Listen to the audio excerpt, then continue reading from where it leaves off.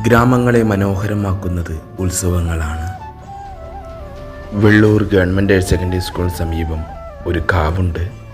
ആ കാവിന് നടുവിൽ ഒരു ക്ഷേത്രം, ശ്രീ ചാമക്കാവ് ഭഗവതി ക്ഷേത്രം.